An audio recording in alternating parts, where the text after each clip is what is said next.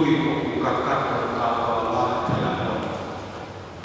E lau maari te o whaaki, e lau maari o whakatahapi ne o wha o Kristo, ai o ne kauma e kātoa o e aho.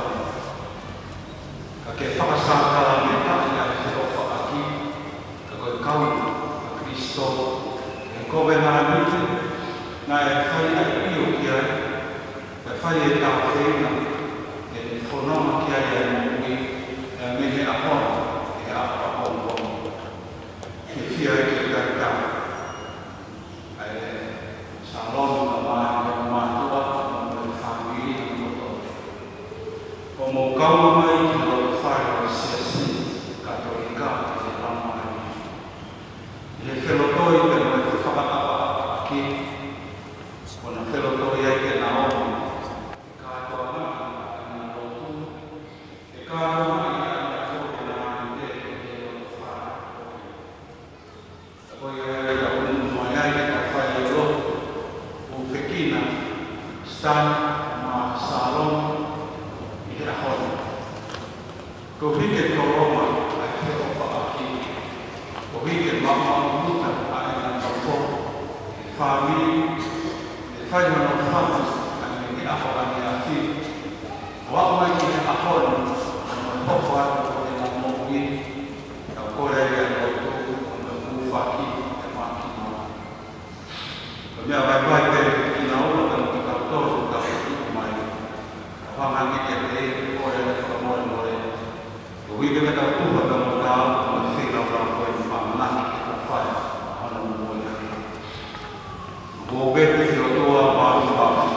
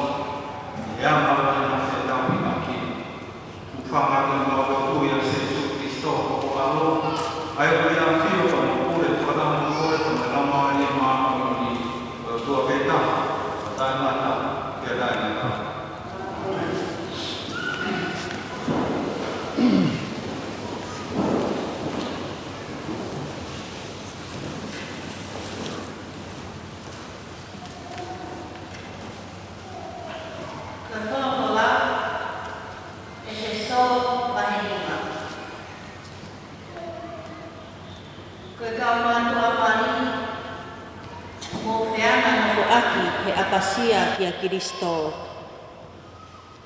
Ai kau whewhine, mo wanga nofo ki si o mo ngahi husepani ti. O hange ki he eiki. He koe husepani ti, koe ulu oi waifi. O hange foki ko Kristo, koe ulu oi siasi. Io, ko ia koe whakamo ui oi sino. Ka neongo ia, ka hange o kuanga nofo ai siasi ki a Kristo, ke pehe foki mo i kau whewhine ki honau ngahi husepani ti i he mea kotoa. Ai kau tangata, mo ofa ki homo ngahi waifi. O hange foki ko Kristo nene ofai ai siasi. O ne li oa a ene afio koe uhi ko ia. Koe uhi ke ne whakama oni ia aki ai wholofola. Hili ene fufulu ia i he pālotuanga ko ia koe vai. Koe uhi ke ne omi e ia ai siasi kia te ia. O ku whetapatapaki o oua na aiai hano ila pe wheu. Pe ha mea pe he e taha. Kai kehe ke ne mā oni mo ta emele. O ku totonu ke pe he foki ai ofa ai ngahi huskupani ti. Ki si o nau ngahi waifi. He ko si o nau sino ki nau tolu. Ko ia o ku ne ofa ki hono waifi. O ku ne ofa ki a te ia. Seuke, ane fe ia ai fehia ahataha ki hono kakano o ona. Kai kehe o ku ne whawhanga mo tauhia. E hange foki koe whai a Kristo ki he siasi. He koe ngahi kupu ki tau tolu o hono sino. Ko ia e tukuange e he tangata e tamai moe whae. Kai pikitai ki hono waifi. Pea tena hoko koe kakano pe taha. Koe misteri tau mamao eni. Ka oku kau e kulea a aku ki a Kristo moe siasi. Ka koki mautolu foki whakafo i tangata. Ke takitaha ofa ki si ono ngahi waifi. O hange ko ene ofa ki a te ia. Pea koe waifi. Kene whakaapa-apa ki hono huse pāniti. Koe wholofola tonu ia a eiki. Sāme whetali aki, sāme te au awhipo. Koe ni hongu tali. Monu ia ki nau tolu o ku nau apasia ki he eiki.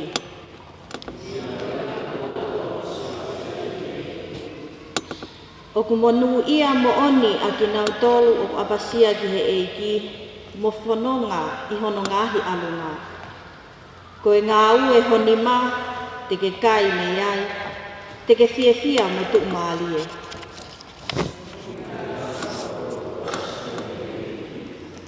Koe mo oni, e pehe ai tāpuaki o tangata e apasia ki he eiki.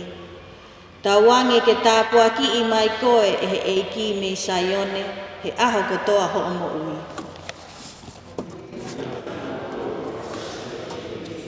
Toka teu o e ngongo lele.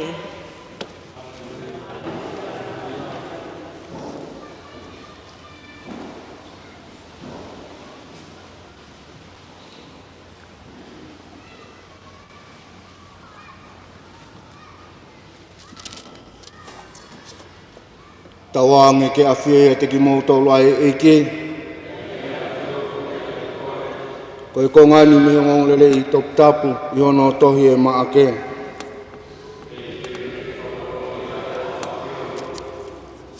Maake ko hono hongofulu o e wahe. Kana e hanga e he otua i he kamataanga o e whakatupu o ngauhi e tangatape mo e whewhine. Ko hono uhi ngaia ko pauai ke tukuange e he tangata e ne tamai mo e ne whae ka e nofo taha ki hono waifi. O ku hoko ai husa pāniti mo e waifi o taha. O ku ikai ke na ke iua ka koe kakano pe e taha. Pea koe mea kua whakatahai e he otua ke oua na whakamawai e ha taha. Koe o ngongo lelei tonuia o e eiki.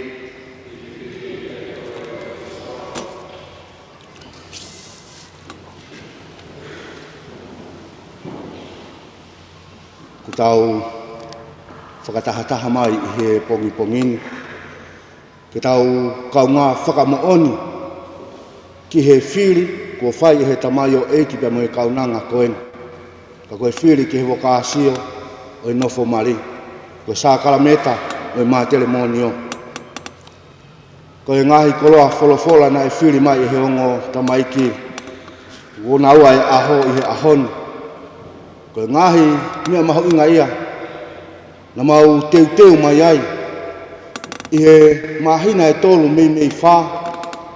Ka koe nā whakamoreki a e nā taimi, ke nā lawa mai, ke mau teu, koe uhi, koe aho koe ni pia moi hoko atu, o e nā nofu whānuiri. Ka koe mea e tahana aku whakataka ngai. Pena tau sio kotoa pē ki ai, pia tau ilo ai kamataanga, o e whanonga mai, pia koe polose e sio mai, ai kamataanga, pia whakaosi mai aki, koe whanonga mai a Salome, pia mai ni tangata e ki. Koe whakailonga maho inga taha ia e sitani, ko loto pē ke whamanata atu kia te koe. Na e fuaki atu, e tangata ike a Salome, e nima a Salome. Na e kai kia i harea na ane ave atu, ko koe whakailonga na ane talatu, ko e ku whatongia, ko kakato he ahoni, ko koe no ku ke hoko atu a whatongia ko ia. Hono lehi, hono toka ngai, ko hono tauhi ke masani ke whakaofa mau pē. Ko e tala noa ia, o e wholofola. Ka koe ongo lelei, ka mo e wholofola o e ahoni. Ne tala noa ki he hoko ai wā o taha. Ka koe whehui na aku whehui ka teki moua i he aho na e kamata ia e tau teu. Koe hā ho o mo mahi noi ai mari. Koe tari e na mo o mai, koe hoko ai wā o taha. Pea aku ikai ke ngata pe i he hoko ai wā o taha. Kua mo hoko, koe whakamo oni, ki he tui ko ia, ai ofa ko ia, na iai ai wheitu pia mo e kamataanga o ki ofa ko ia. Pia au ki he taimi, pia mo whakakaukau, i he matua ai ofa ko ia. Ke whakahasino mai ai ofa ko ia, ai ni o kutau whakatahataha i he ahoni. Ka homo o mai, ke o mai ai wā o taha. O ikai ke ngata pe ia teki moua pe, ka kumo o mai pia mo ongo whāmiri, ke hoko pe koe whāmiri e taha. Tala noa ai wholofola e wheso, ki he whatongia e tangata pe mo e whewhine i he nofo mari. Neongo ku whaha mahino mai pe, e paula i he ne tohi ke kakai e wheso, koe tangata koe ulu ia o i whāmiri. Ka koe mea, na e whakamanatu e paula ke kakai e wheso, e koe whakamanatu ia ke a teki moua i he ahoni. Koe whakaapa aki, koe whiongo ngoi i he mea kotoa pe. He koe taimi lahi, koe taimi a ku hoko ai palo pare mape mo i mau. Koe ikai ke lawa ke whai ai whiongo ngoi. He koe taimi kotoa pe o ku mālohi ai ha tawha aki, pe mo i ngahi talanoa, pe mo i ngahi whakamaha mahalo, malawa pe ke hoko ai palo parema. Ka koe ahoni kua mo whiri, ke mo to'o e whohe ko ia, ke mo aalo e ki waka ko ia, ka koe ki waka, te mo whaifolau i he potu tahi, he ikai ke toka maari e maupe. Hangai pe koe na aku talatu ke te ki mo wā, pau te mo sio i ho mo ngō mātua, lahi e ngahi taimi, o ku ikai ke na talatu e ki na waia, na e whainga taa, pena ana amanaki e whainga taa pe he, ai nofo mari. Na e kai uhinga e tau teu koe ahoni, na uhinga e tau teu ke mo lawa ia te ki moua, o ma teu ke mo hopo atu ki he potu tahi, o ku lahi ono ngahi peau tā, pea lahi ono ngahi whainga taa. Ka koe whiri ko mo whai he ahoni, koe tāsi pinga ia, ki he toenga, o e kau ko te uri koe, ka mo e kau kofulani pulu koe. Koe mo ui, o koe ai taimi o ku tau whai ai whiri. Pea koe whiri ko ia, o ku ai mea e ua ku hau ai. O ku ai hono rerei, pea o ku ai peha mohono nunua. Hei kai ke tau nofo mau pe, o amanaki pe koe rerei pe, koe whaka ofa pe. Ka ko pau pe ke ai e ngahi taimi, e pore i pea ahi, ai whiri koe nā ku mo whai. Koe ke pehe, ko hano whakairi whia i ki moua. Ka koe tānaki e tupeo e whakaloto lahi, ki he whiri pa mo i wakāsio, kua mo unu mai ai i he ahoni, pia mo o mai ai pia mo hongo whāmiri, ke tau kau whakataha i he whakamaoni, i he ao e otua. O hange pe koe talanoa na tau whai, Koe whakamaoni te mo whai i he ahoni, o ku ikai ko ha koni tuleki pe ko ha are a pau, ke mo pehepe, ki tau are a pau pe i he tau e whiha, koni osi pe a osi, koe fuakawa, koe COVID-19, aini o ku mo whai i he ahoni. Pea ku mo omai, ke whakakau ai o tua i he COVID-19 ko ia. Pea koe whakaosi osi ai o ngongo le rei, na tau whanongo ki ai. Koe mea kua hoko e he o tua, ke hoko o taha, ke oua na atoe whakamawai e he taha. Koe ahoni ia, mo mai, ke hanga he o tua o whakakakato i he whare tapu koeni, whare lotu koeni. Ai whio whaaki ko mo whiri, ke mo hoko ki he sākara meta, e mātere mo nioka koe wokāsio e nofo mari. Ke koe tau lotu ia pa mo e tau whakaamu. Ke oua ngā whaiwhai ange, ko to'o ho mo whalalapa me he otua. Sāme mai whiri ke whai ai e tau whetari aki i he pongpongini. Monu ia ka kōkina o tōlu o ku apasia ki he otua. Tā koe kamataanga ia e whare, ke mo e whamiri ko mo langa i he ahoni. Ke mo apasia maupe ki he otua, kai mau ai monu ia ko ia. Pea neongo, e lahi hono ngahi pore, pea hono ngahi whaingataa. Ka kohomo maa oni anga, ai whiri koeni, pea mo nofo koeni, e hokasio e mari. Hoko ia koe whakamanatu kia teki maua, pea mo ngahi koloa wholofola, ko mo whiri mai i he ahoni. Ke whakawae aki, pea kamata aki, ai whamiri koeni, kua mo whau i he ahoni. E hoko ia, ko hamea ke ne whamanatu kia teki maua. Koe whiawhia o e ahoni, ke hanga o mai, ai sipinga ko ia, pia mo e ofa ko ia. Ke mo manatu i mau pe. Na mo whamaoni he ao e otua, pia mo e ao ho mo whamiri, te mo hoko o taha, te mo hoko atu. E teki maua, ai mo ui koe ni, koe uhi pe. Koe ngahi lelei, o kuhanga mai bia me mua, ko hono ngahi pore, pia mo hono ngahi whaingata. Whamonu ia atu ka teki maua e whiri ko mo whai he ahoni. Tawange, e kaua e iki, e whotukutu pe mo e palani kotoa pe ki homo whamiri. Tawange, ke hoko mau pe ai ahoni, whamanatu ka teki maua e whiawhia ko mo ausia, e whiri ko mo whai. Ka kei whai tāpu e kina i pe ki maua, i tamai o toa, i he hoko atu, ai nofo homo whamiri.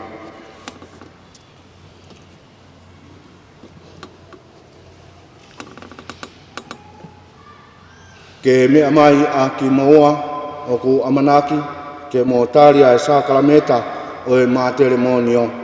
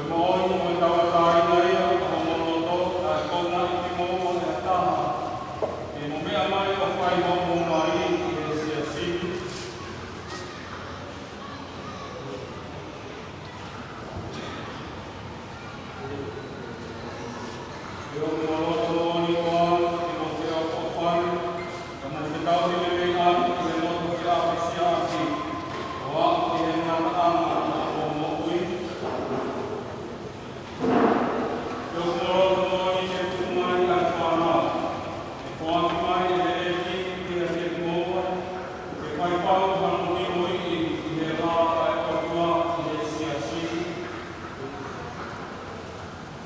Ko toki kamino me renga i rewa tā kono loko i ia. Ke whai ai a rea pau kono loko mai i a kapua. Mono siasi koki. Ka koia, a ke whakamaakire a mono ni matona ka au. Ka kakitau whakamaakire a rewa o la ia no koe.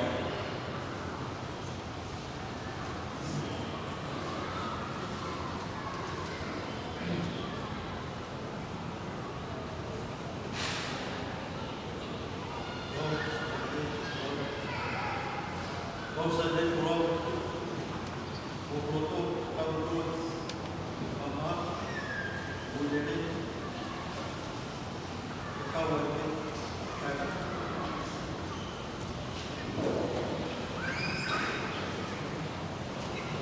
vamos também o outro diálogo quando o possaro o outro organ o caminho para que se causa